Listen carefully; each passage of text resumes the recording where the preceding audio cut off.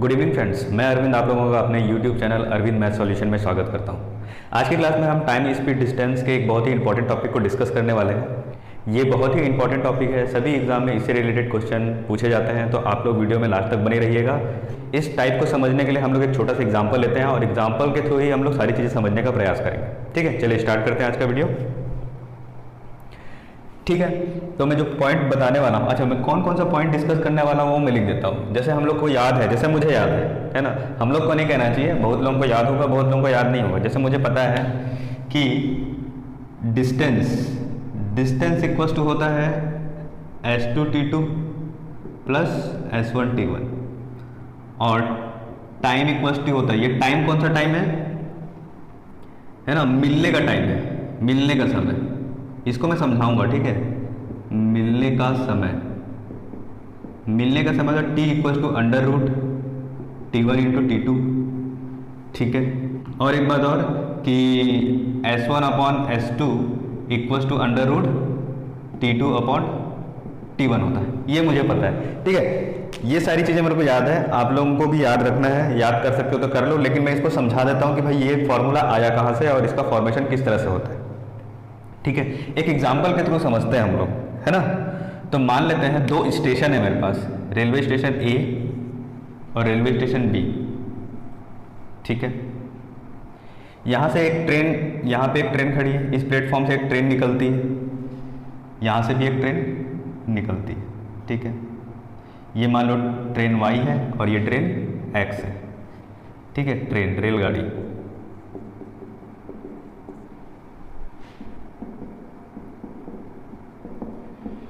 ठीक है, वो दोनों आगे बढ़ते हैं और इस पॉइंट पे कहीं मिलते हैं। यहाँ पे कोई जंक्शन है, मान लो यहाँ पे C एक रेलवे प्लेटफॉर्म है, यहाँ पे एक दूसरे से मिलते हैं और एक दूसरे को क्रॉस करते हैं। क्रॉस करने के बाद X यहाँ जाता है, ट्रेन X, और ट्रेन Y यहाँ जाता है। ये काम कब हो रहा है? यहाँ पे एक दूसरे C पॉइंट पे एक दूसरे को क्रॉस करने के बाद Y ट्रेन यहाँ पहुँच जाती है और X ट्रेन यहाँ पहुँच जाती है। अब इससे क्या क्या क्वेश्चन निकलता है ये आप लोगों को देखना है, ठीक है। इतनी बातें समझ में आई, क्लियर है ना, क्वेश्चन मेरा समझ में आया। अब मान लो X की स्पीड मेरा S1 है, S1 किलोमीटर पर आवर, और Y की स्पीड है मेरा S2 किलोमीटर पर आवर, ठीक है। अब Y यहाँ तक पहुँचा और X ट्रेन यहाँ तक पहुँची। यहाँ तक पहुँचने तक उन्होंने कोई टाइम कैलकुलेशन हुआ नहीं है, अभी टाइम का की तो बात ही नहीं हुई है ना। यहाँ पहुँचने के बाद ये T1 टाइम लेता है, X ट्रेन क्या करती है, T1 टाइम लेती है B में पहुँचने के लिए, और Y ट्रेन क्या करती है, T2 टाइम लेती है, ठीक है। A की चाल क्या है, S1 किलोमीटर प्रति घंटा, B की चाल क्या है, S2 किलोमीटर प्रति घंटा। ये ट्रेन Y है और ये ट्रेन X है, ठीक है। ट्रेन X पहुंच गई B में, ट्रेन Y पहुंच गई A में। अब ये बताइए आप लोग कि अगर ट्रेन Y C से A तक पहुंचने में दूरी कितनी तय की होगी, है ना। तो दूरी बराबर क्या होता है, जैसे मुझे पता है कि चाल बराबर क्या होता है, चाल बराबर होता है मेरा दूरी बटा समय, ठीक है। तो दूरी बराबर क्या हो जाएगा, चाल इंटू समय, तो डिस्टेंस D इक्वल्स टू क्या हो जाएगा, चाल मेरा क्या है, Y की चाल क्या है S2 और टाइम क्या लग रहा है T2, ठीक है। तो यहाँ पे डिस्टेंस क्या होगा, ये वाली डिस्टेंस तो मेरे को मिल गई क्या, S2T2, और ये वाली डिस्टेंस भी क्या हो जाएगी, S1T1, ठीक है, क्योंकि X तय कर रहा है X1 स्पीड से T1 डिस्टेंस, तो ये कितना हो जाएगा S1T1। अब दोनों के बीच की दूरी निकालना है ना, दोनों के बीच की दूरी कितनी हो जाएगी, टोटल डिस्टेंस, कुल दूरी मेरी कितनी हो जाएगी, लिख सकते हैं हम लोग S1T1 प्लस S2T2, यही मेरी टोटल डिस्टेंस होगा। ये मेरा क्या हो गया, पहला निष्कर्ष निकल गया, फर्स्ट फॉर्मूला प्रूफ हो गया। टोटल डिस्टेंस, कुल दूरी बराबर कितना होता है,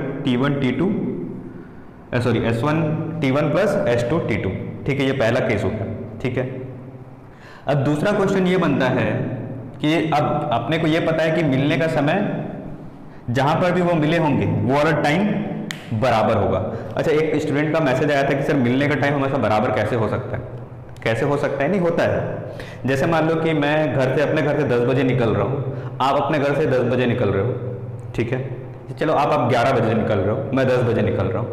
मैंने बोला कि कहीं किसी पॉइंट पे मिलो, चलो कोचिंग के पास मिलो, ठीक है। मैं पहुंच गया वहाँ पे आधा घंटे में, 10:30 बजे से वहाँ वेट कर रहा हूँ आपका। आप पहुँचे 11:30 बजे। जब हम लोग मिले तो 11:30 बज रहा था, मेरे लिए भी 11:30 बज रहा था, आपके लिए भी 11:30 बज रहा था। मतलब मिलने का टाइम हमेशा क्या होगा? समान होगा। इस बात का ध्यान रखना, ठीक है। तो यहाँ पे जब भी ट्रेन मिली होगी, रेलगाड़ी एक्स और रेलगाड़ी वाई की मुलाकात हुई होगी, है ना, तो यहाँ पे टाइम सेम हो रहा होगा, मतलब मिलने का समय सेम है। अब हम लोग को पहले ही क्लास में बता चुका हूँ, जब समय बराबर होता है तो चाल का अनुपात दूरी के अनुपात के बराबर होता है ना। यहाँ पे क्या हो जाएगा, यहीं से समझ लो, नहीं तो यहाँ से क्या हो जाएगा, चाल समानुपाती दूरी। अगर कब? जब टाइम कांस्टेंट है, ठीक है। तो इस केस में क्या होता है, स्पीड का रेशियो डिस्टेंस के रेशियो के इक्वल होता है, ठीक है। तो यहाँ पे देख लो, ये क्या हो जाएगा, S1/S2 इक्वल्स टू D1/D2, ये मिल जाएगा मुझे, इक्वल टू, ठीक है। अब डिस्टेंस मेरी क्या है, डिस्टेंस मान लो पहली दूरी ये है, ठीक है, और ये दूसरी दूरी है। पहली दूरी की वैल्यू D1 और D2 की वैल्यू रख लो यहाँ पे। तो यहाँ पे क्या हो जाएगा, S1/S2 इक्वल्स टू,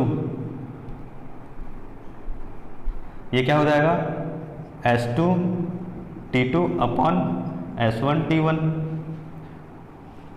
ठीक है। इक्वल कर लो इसे, इसको सॉल्व करेंगे तो क्या मिल जाएगा, इसको सॉल्व करेंगे, इसको सॉल्व करने से क्या मिलेगा, ये हो जाएगा S1²/S2² equals to T2/T1। Root हटा लेंगे तो क्या हो जाएगा, ये रूट हटाने के बाद यहाँ पे देख लेते हैं, तो S1/S2 इक्वल्स टू क्या हो जाएगा, √T2/T1, ठीक है।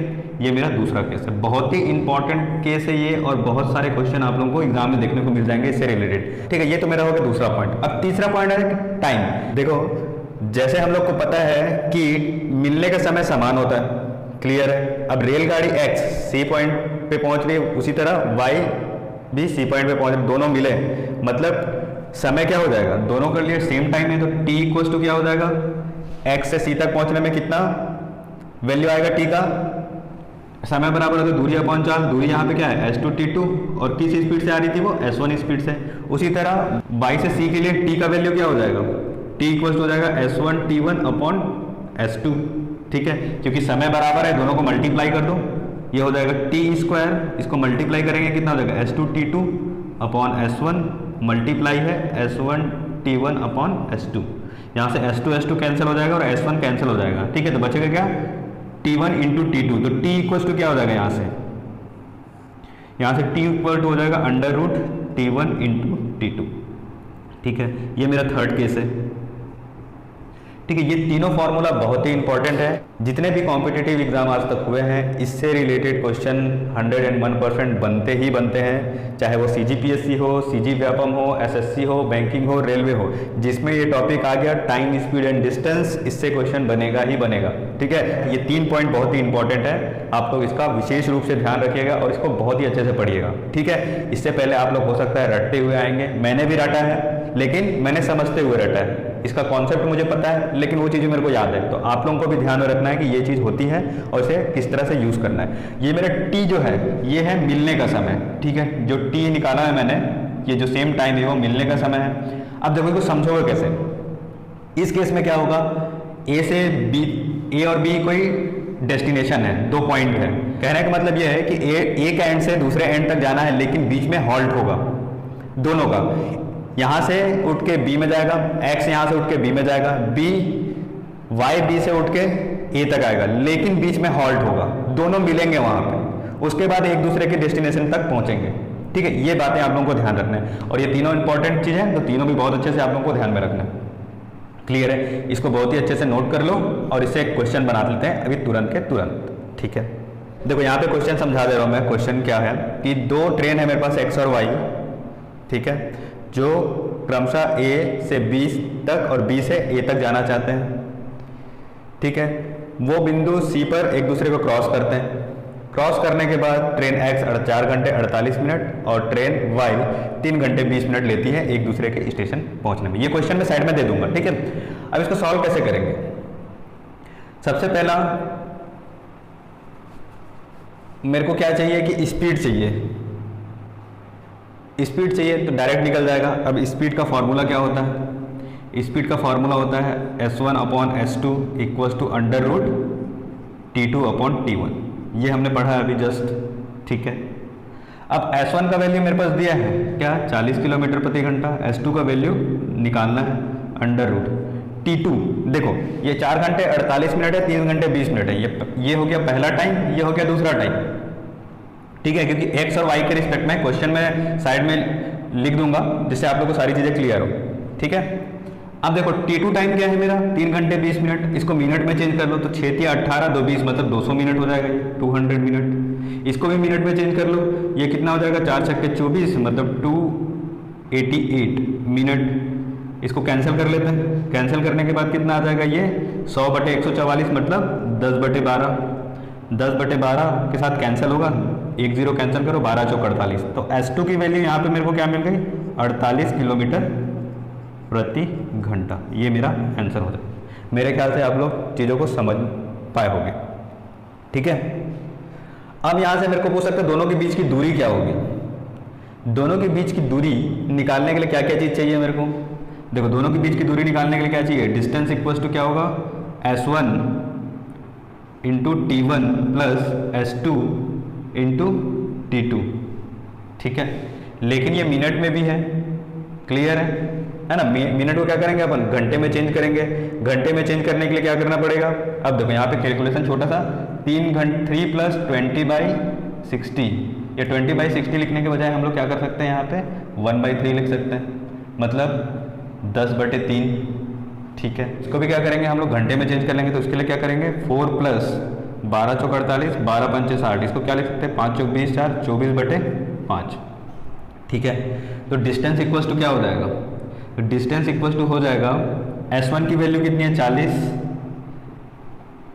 और T1 की वैल्यू कितनी है, 24/5 प्लस S2 की वैल्यू कितनी है, यह है 48 km/h मल्टीप्लाई T2 की वैल्यू कितनी आई, ये आई है 10/3, ठीक है।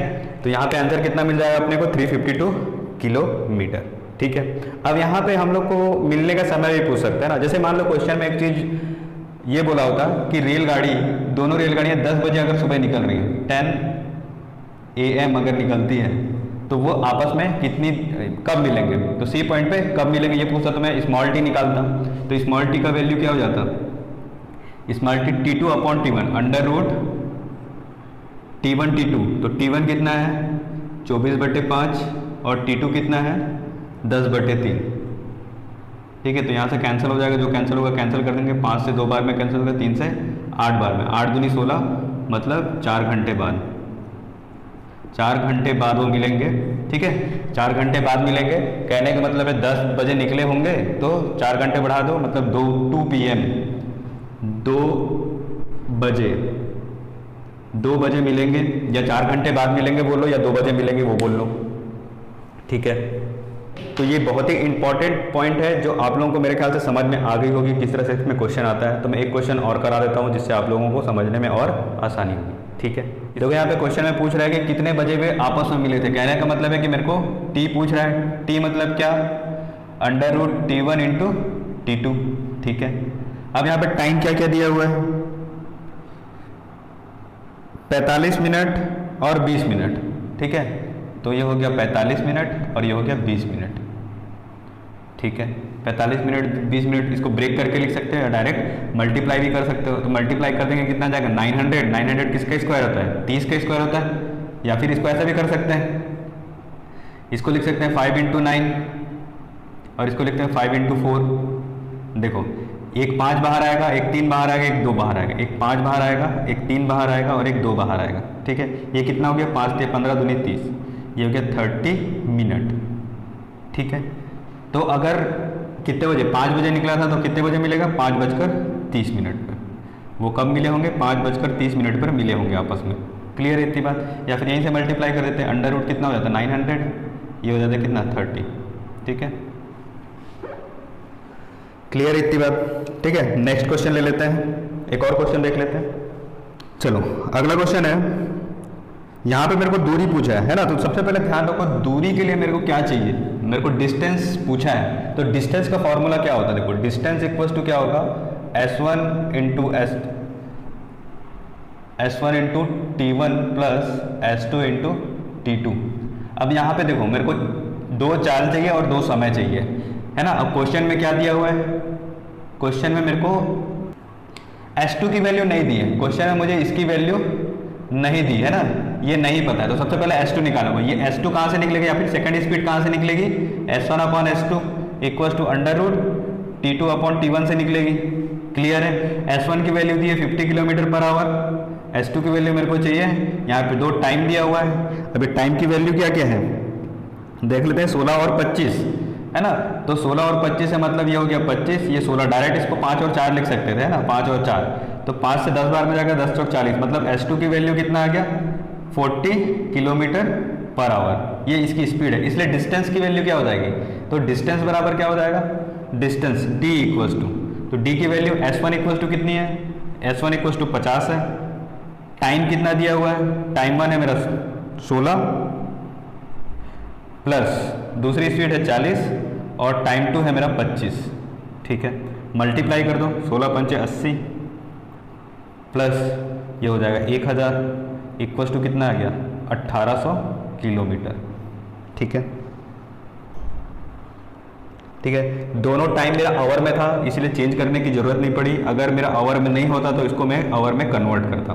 क्लियर है इतनी बात। तो आंसर क्या हो जाएगा मेरा 1800 किलोमीटर। देखो अगर क्वेश्चन में मेरे से पूछता कि मिलने का समय, अगर क्वेश्चन में ये बोल रहा था कि भाई वो 12 बजे निकले थे, 12 PM को निकले थे, ठीक है, तो कितने बजे वो मिले होंगे, तो कितने बजे मिले होंगे, तो दोनों को मल्टीप्लाई कर दो। कहने का मतलब है T इक्वल्स टू कितना आ जाएगा 20 आवर, 20 घंटे बाद वो मिलेंगे। 20 घंटे मतलब 12 से 12 बढ़ा दो, कितना हो गया 12 से 12, ठीक है, PM से किस में चले जाएंगे, AM में चले जाएंगे। ठीक है, मतलब 8 AM में वो मिलेंगे। ठीक है, 8 AM में मिलेंगे।